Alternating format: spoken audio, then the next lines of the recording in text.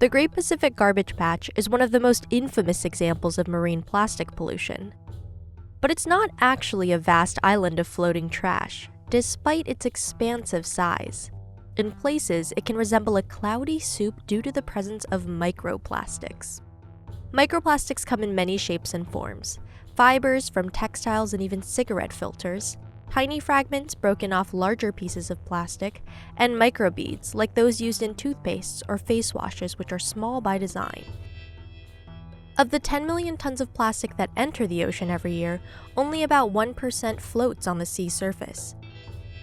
Most plastic ends up in the deep sea, including microplastics.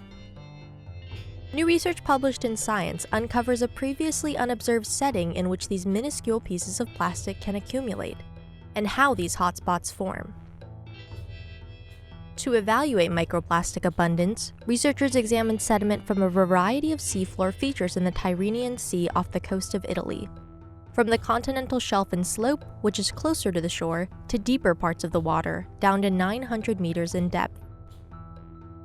One spoonful of sediment contained 190 total pieces of plastic, meaning a square meter in the region could contain upwards of 1.9 million fragments and fibers. To date, this is the highest concentration ever reported for the seafloor.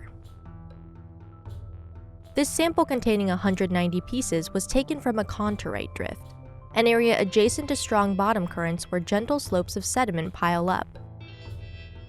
Lower concentrations were found closer to the shore on the continental slope and shelf, likely because the current was too strong for deposits to form.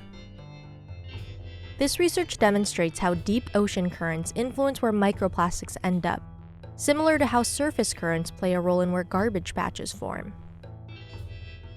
These same currents also circulate vital oxygen and nutrients to the seafloor, meaning that microplastic hotspots could coincide with extremely biodiverse areas. In the future, researchers hope to better understand the source of these microplastics. By closely examining their chemical structure, chemists could link plastic pieces to the industries that created them.